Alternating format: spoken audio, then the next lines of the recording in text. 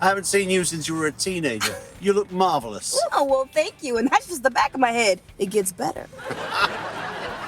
You haven't changed a bit. Welcome to MsMojo, and today we're counting down our picks for the top 10 That's So Raven references in Raven's home. Never gets visions right.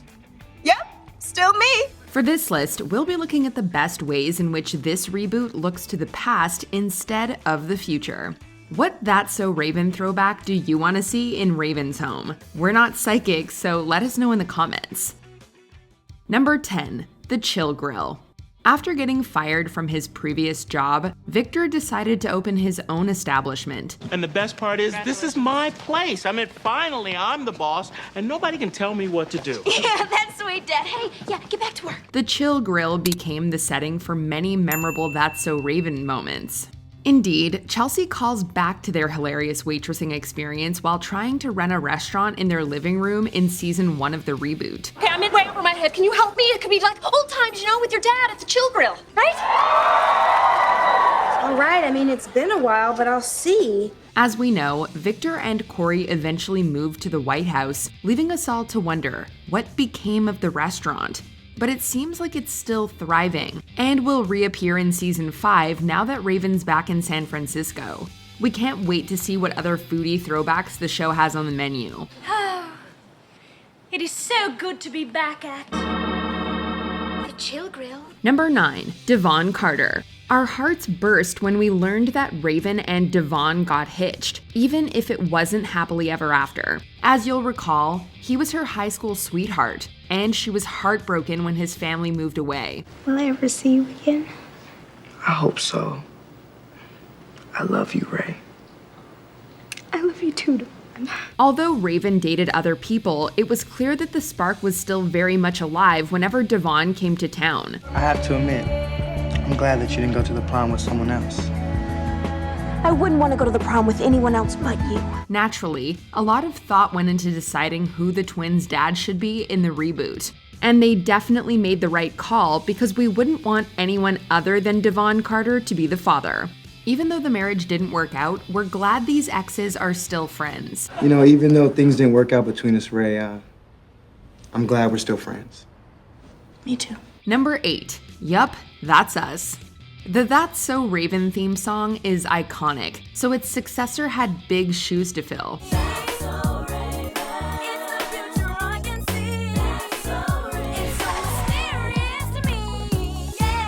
Yep, that's me. Luckily, the Raven's home tune doesn't disappoint, striking a perfect balance between old and new.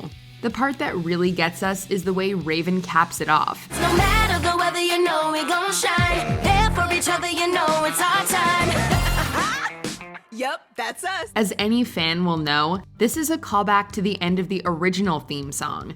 And in the reboot's second season, Raven makes a more direct reference to the lyric when Levi pulls up Dr. Sleevemore's file about her. Auntie Ray, there's a file on you in here. Oh, let me see that. Yep, that's me. Never gets visions right. Yep, still me. Devon also alludes to the original series when he learns that Raven and Chelsea are lost in a snow tunnel in season 4. Where is your mother? Mom and Auntie Ray are lost and trapped in a snow tunnel. That's so Raven. The reboot has its own identity, but it always stays true to its roots. Number 7, Booker's vision face. In the first episode of the reboot, we learn that Booker inherited his mother's psychic abilities, but the similarities don't end there. Now the only person left to tell is my mom. Your mom overreacts about everything. You can't tell her. You're right. Raven Baxter would not understand psychic visions. Clearly, actor Isaac Ryan Brown did his homework, because he got his vision face down. Even Raven Simone was impressed. He came in and I asked him, do you have your vision face down? He was like, yeah, he did. I was like, oh yeah, you did it. Okay, I don't have to help you with that. Never mind, I'm gonna go sit down. But his vision face was on point and no one picked you out for that. No one questioned you. Naturally, Booker also acquired his mom's talent for misinterpreting visions and getting into sticky situations as a result. I had a vision that you guys are gonna kiss. What? I was obviously wrong. Fortunately, this guarantees hilarity will unfold in practically every episode. Now that they've returned to the Golden City, we won't be surprised if Ray and Booker dig through her costume collection and pull out some old disguises. You know what they say, the apple doesn't fall far from the tree. Number 6, the apartment's aesthetic.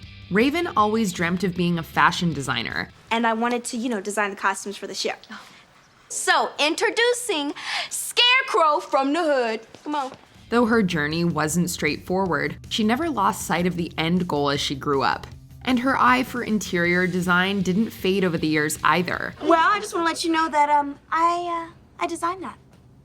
We're supposed to believe you're Raven Baxter. It's true, I'm a dad. Who could ever forget her iconic bedroom? Thankfully, you can still see hints of the younger Raven in her Chicago apartment. Indeed, the overall look and color scheme are fairly similar to that of her old room, seemingly reflecting a more grown-up version of her tastes.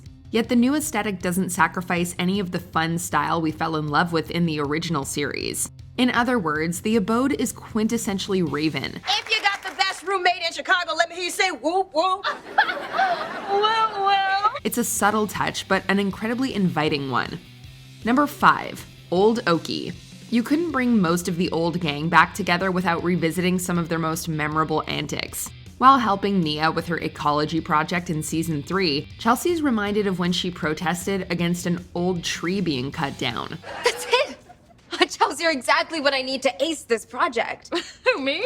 Oh, well, I did once stage a sit-in in an oak tree. Oh. Yeah.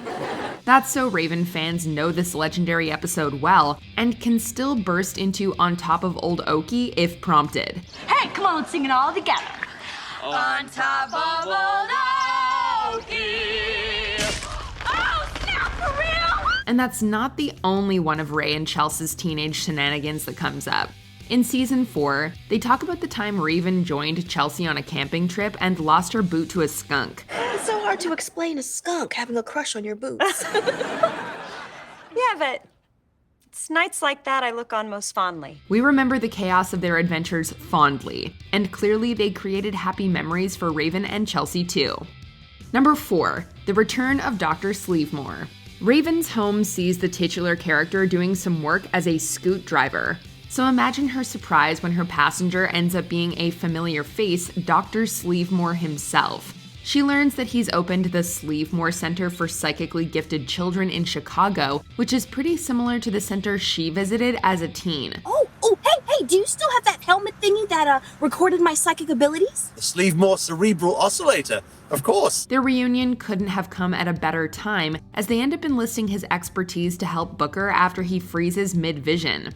This leads to a 3-episode story arc revolving around the Doctor, his work, and his granddaughter. I didn't take the visions for myself.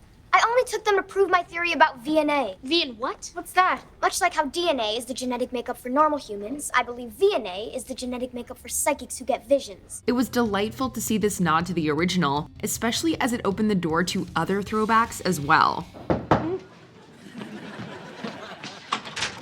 Dr. Sleepmore! Raven, I had a strong feeling you were going to need my services. Sorry I took so long. Hello. Number 3, Alana Rivera. Raven's high school nemesis Alana only appeared in 4 episodes, but she was an unforgettable character. Followed by her loyal sidekicks, Loka and Muffy, she got a kick out of tormenting our protagonist. The pair shared what can only be described as a frenemy dynamic. But in season 3, we learned that she was sent to military school. Where's Alana? Oh, I guess you haven't heard. Alana was so bad, she got sent to military school. Yes! I know. We run with Bianca now. Raven is reminded of her in the reboot when Levi alludes to trouble with a kid at school. And to answer Chelsea's question, whatever happened to her? She ran right into my confidence. Yes! Alana's now the principal at Bayside, and a recurring character in the latest season. Haven't seen you since high school, and yet it still feels too soon. Welcome back, Baxter. The actress behind the character, Adrienne Bailon Houghton, had previously spoken about how she'd love to reprise the role. We couldn't be more thrilled to see it happening. Would you ever reprise your role? Yes. Absolutely.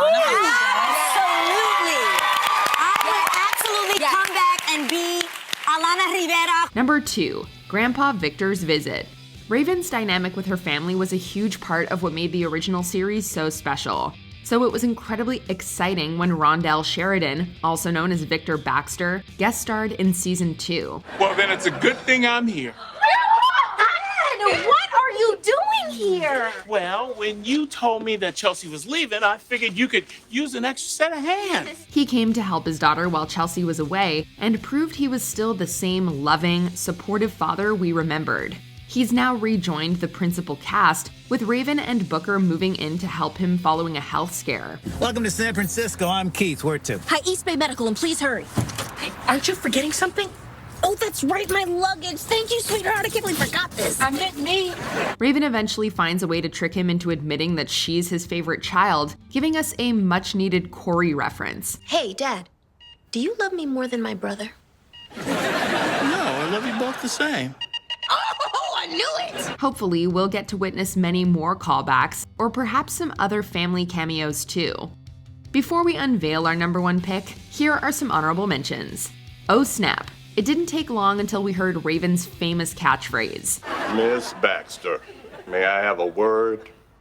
Mom? Oh, snap! Sheridan punches Booker. We wouldn't be surprised if Loka was her mom. Maybe you want to dance with me? Sure.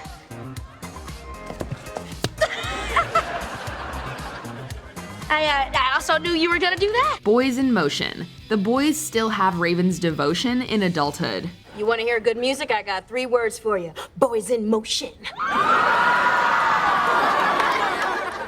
got 3 words for you. Who is that? Before we continue, be sure to subscribe to our channel and ring the bell to get notified about our latest videos. You have the option to be notified for occasional videos or all of them. If you're on your phone, make sure you go into your settings and switch on notifications. Number 1. Liz Anya.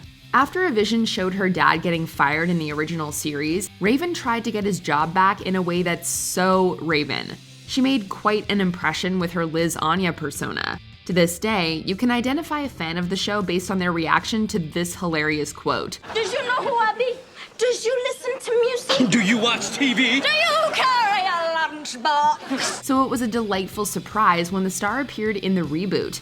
Except, apparently she's not just a character Eddie made up on the spot, as we initially thought. Liz Anya? Hey, you was almost about to be Pope Chopper. That's right, Liz Anya is a real person. Don't you know who I be?